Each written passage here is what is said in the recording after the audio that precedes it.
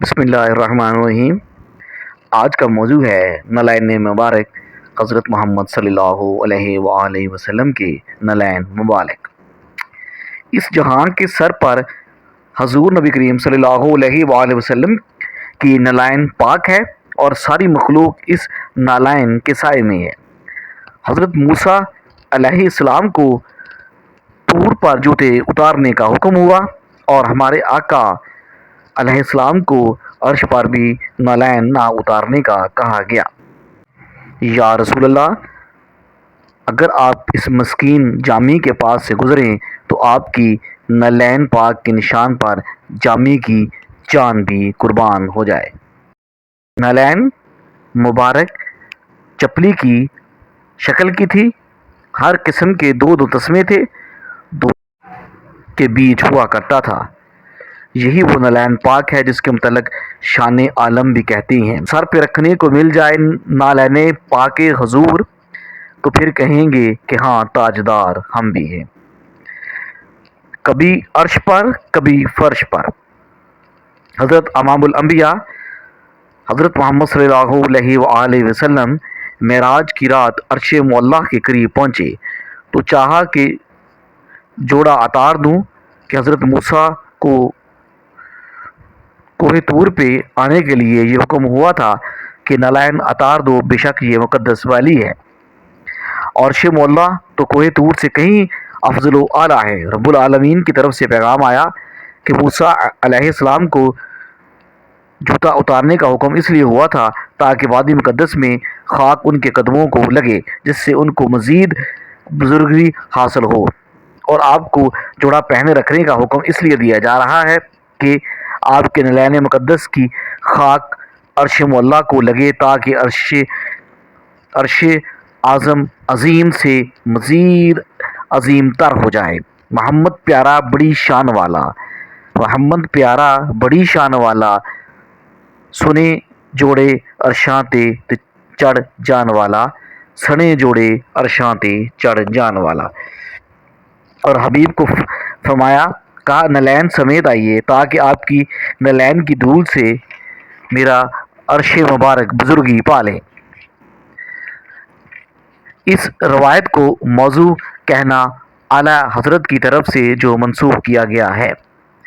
عرش کی زیب و زینت پہ عرش درود، فرش کی طیب و نزت پہ لاکھوں سلام۔ ہم نکموں نے قالین پر قدم رکھنا ہو تو جوتا اتارنا پڑتا ہے، اور ہمارے آقا کے جوڑوں کے بو سے لینے کو عرش معلم ترس رہا ہے۔ آپ کے نالین پاک ہماری شان و شوکت ہیں اور آپ کے دروازے کا پتھر ہمارا قبلہ ہے۔ آپ کے نقش نالین پر میری پیشانی نثار، جو کہ اس سے بہتر کوئی جائے نماز نہیں، میں نے نہیں دیکھا۔ اور یہی نالین مقدس جب مکہ کی گلیوں میں لگتی تو ارشاد ہوتا، مجھے اس شہر کی قسم کہ اس میں آپ رہتی ہیں، کھائی قرآن نے خاک گزر کی قسم، اس کف پاکی حرمت پہ لاکھوں سلام۔ نالین مبارک حضرت محمد صلی اللہ علیہ وآلہ وسلم کی مٹی کی برکت۔ ایک یہودی نبینا ہو گیا تو اس کی بیٹی نے دعائی کہہ کر اس کی آنکھوں میں آپ صلی اللہ علیہ وسلم کے نالین پاک کی خاک ڈال دی۔ اللہ نے اپنے نبی کی خاک کے نالین پاک کی برکت سے یہودی کی بیٹی کی بنائی واپس کر دی، اور بیٹی سے کہنے لگا، یہ اتنا اچھا حکیم ہے کہ مجھے اس کے پاس لے چلو، شکر یہ ادا کرو۔ تو بیٹی نے بتا دیا، یہ وہی ہے جن کو دن رات برا کہتے ہو، ان کے جوتے کی خاک تیری آنکھوں میں ڈالی ہے۔ یہودی غصے میں لال پیلا ہو گیا اور کہنے لگا، میں یہ آنکھیں رہنے ہی نہیں دوں گا جس میں میرے دشمن معوذ باللہ کے جوتے کی خاک تو نے ڈال دی ہے۔ سرکار کا یہ موعظہ دیکھ کر مسلمان ہو گیا آخرکار اور دوزخ سے بچ گیا۔ ہماری ہزاروں تبلیغیں وہ کام نہیں کر سکتی جو کام نبی کریم صلی اللہ علیہ وآلہ وسلم کے نالین پاک نے کیا۔ کیا وجہ تھی کہ وہ انسان صحابہ کرام اور ہم انسان، وہ بھی یہی قرآن نماز پڑھتے، ہم بھی، مگر وہ سمندر کے پاس جائیں تو ان کو راستہ دے دیتا، جنگل کے بادشاہ ان کے سامنے دم ہلانا شروع کر دیتے۔ کیسرا و کسرا ان کا نام سن کر کانپتے لرزاتے۔ وجہ صرف ایک ہے، وہ یہ کہ ان کا تعلق حضور کریم صلی اللہ علیہ وآلہ وسلم کے ساتھ علمی عقلی نہ تھا بلکہ عشقی تھا۔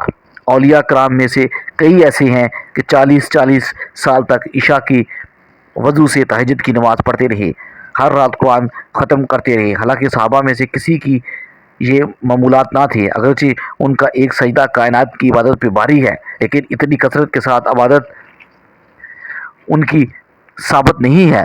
اور اگر کوئی صحابی ایسا کرنا بھی چاہتا تو حضور علیہ السلام خود منع فرما دیتے اور فرماتے اپنے نفس و اہل و عیال کے حقوق بھی ادا کرو۔ جس قدر اب مدارس ہیں، ڈگریاں ہیں، صنعت ہے، علوم ہے، کتب ہے، لائبریریاں ہیں، کیا اس دور میں نہیں تھی؟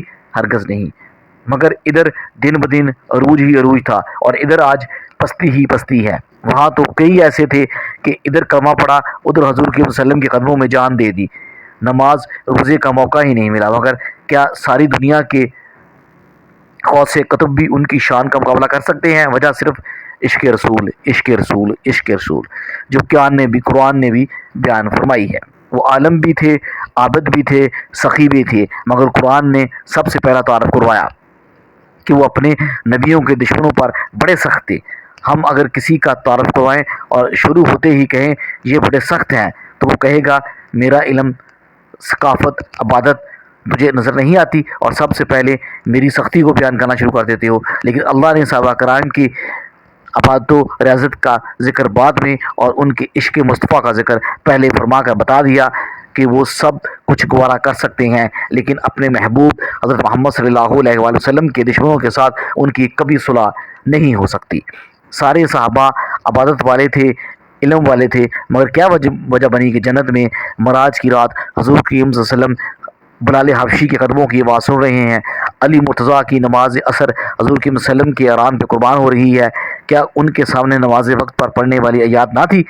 ہم آج جھگڑتے ہیں کہ درود اونچی پڑھیں، آہستہ پڑھیں، فلاں آپ خود سن لے کہ نہیں، یہ ساری باتیں ہمارے دلوں میں محبت رسول نہ ہونے پر دلالت کرتی ہیں، ہمیں بے ادبی کی طرف لے جا رہی ہیں۔ مجنو لیلا کے خیال میں سب ہیل و حجت بھول گیا ہے اور ہم اللہ اور اس کے رسول کی بارگاہ میں درود پیش کرتے ہوئے جھگڑ رہے ہیں۔ کیا یہ عشق کی انتہا نہیں کہ خدا کی نماز پڑھتے ہوئے اگر رسول خدا بلا لیں تو نماز وہیں چھوڑ دیں اور آپ صلی اللہ علیہ وسلم کی بات پہلے سنیں؟ حضور کی وسلم کی بارگاہ میں جاؤ، جو فرمایا وہ کرو، پھر خدا کی بارگاہ میں آؤ اور نماز پڑھو اور وہیں سے شروع کر دو اور جہاں جانا ہے جہیں بھی ہو چھوڑ کر چلے جاؤ۔ اگرچہ صحابہ کرام صلی اللہ علیہ وسلم کے ساتھ اس عشق تعلق سے بے شمار واقعات اور بہت سارے واقعات ہیں، لیکن صحابہ کرام اپنے رسول سے، حضرت محمد صلی اللہ علیہ وسلم سے اور اس کی نالین مبارک سے بہت زیادہ محبت اور پیار کرتے تھے۔ یہ سارا واقعہ ہم آپ کو شان مصطفیٰ، بزیان مصطفیٰ کی کتاب سے دکھا رہے ہیں، اس کے لکھاری ہیں الحافظ قادر مولانا غلام حسین قادری۔ جزاک اللہ۔